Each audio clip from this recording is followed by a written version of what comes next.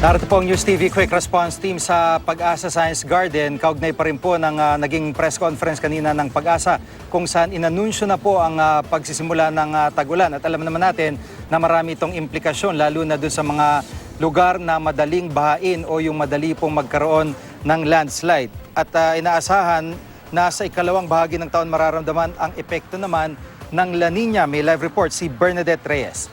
Bernadette. Jiggy, opisyal nang nagsimula ang panahon ng tag-ulan ayon sa Pag-asa. Isa raw sa mga indikasyon nito ang laganap ng mga ulan sa mga nakalipas na araw.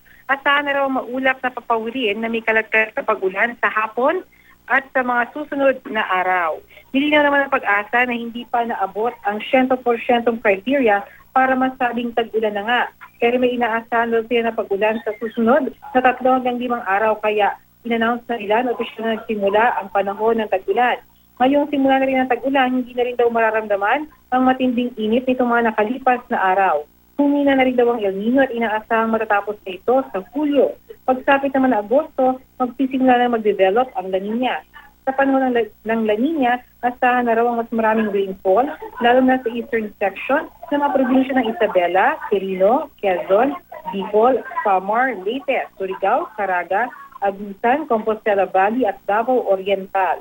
Lalala pa raw ang pag-ulan sa buwan ng Disyembre hanggang Pebrero. Gigi?